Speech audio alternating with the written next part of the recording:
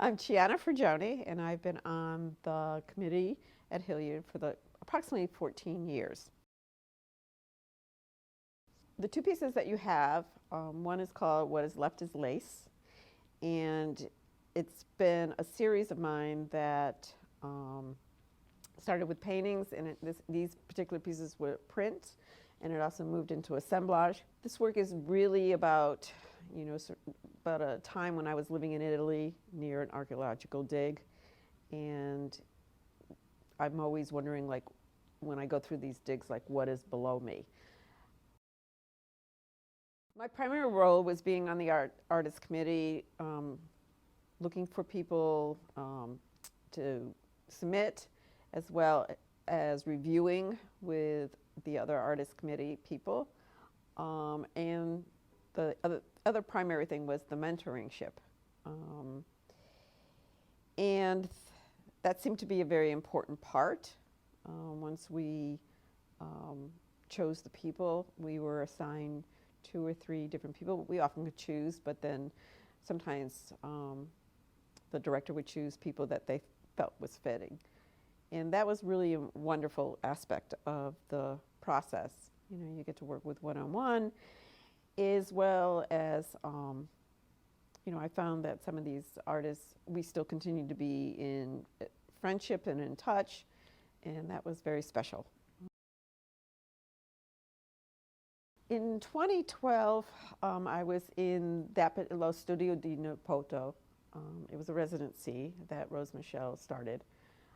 It was a pilot, and it was very immersed, and we lived basically almost 3 months there in this small town village, and there were a lot of Italian-American artists who were applied to this, and we lived within the town. And from there, we had hoped to maybe even do a sister city project with Hillyer. That didn't materialize. However, what materialized was this exhibit.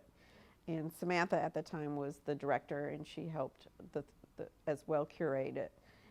And there were a couple artists from Italy, as well as the Italian-American artists that came over and was in the exhibit. And it was a wonderful experience.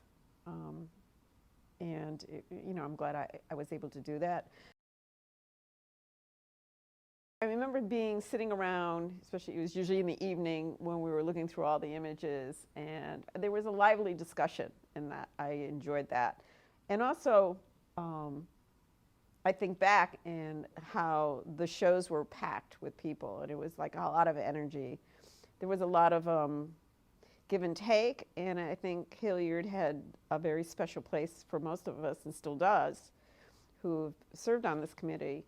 And I think it's the gem in the city that needs to be taken care of. I could say when I was, when I came up, and I've said this before to other, in other interviews, is that I'm the one who, I believe in doing the work. The work comes first. And in my time, and still my practice, is that that's the most important thing. And you build a career, but you really are building your career after your work is somewhat stable and developed.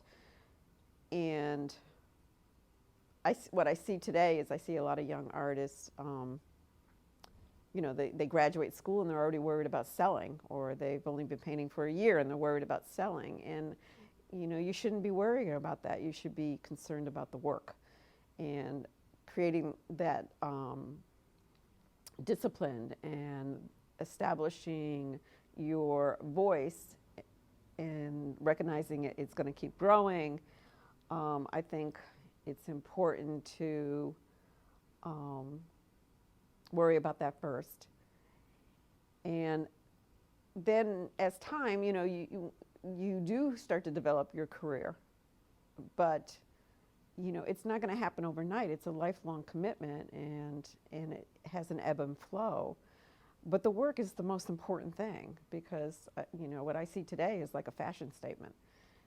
People just, they look through Instagram, and then they do it because they think it's going to be a hit, and they, you know, try that, and they're trying this, and they're trying that, and it's, you know, if you use people who are you're being influenced by, which you know we all have, then you learn to take what they've learned and make your own voice. And that's you know, the most important thing is to develop your own voice and give yourself a chance before you worry about your career. Well, I'm working on a solo exhibit at St. Mary's College Museum of Art in California, and I'm excited about that. It will be in 2024, and it will be a combination of new work and in relationship to what I've been doing. And I'm excited about that. You know, it's just a real focus on the work again. And I'm also will be part of a traveling exhibit called Threads of Time that'll be national and international. Those are the two primary things that I'm doing for, you know, in the outside world, and then of course, you know, the inside world, which is this world in the studio. You know, I come here every day and I work, so it's like again, I use that word ebb and flow because that is important.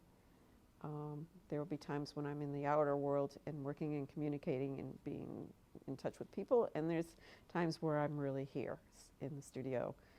So those are the immediate plans, and I'm also celebrating that one of my paintings has just been acquired by the Baltimore Museum of Art, so that was a great way to start the year. The heat goes on, you're going to hear clanking, but you know, it's that steam heat. And you know, and it spits and it's like makes this noise. I'm on the phone sometimes with people and they're going, "What the heck is that noise?" Yeah, you know, it's just like between you and me and the camera is like too many personalities.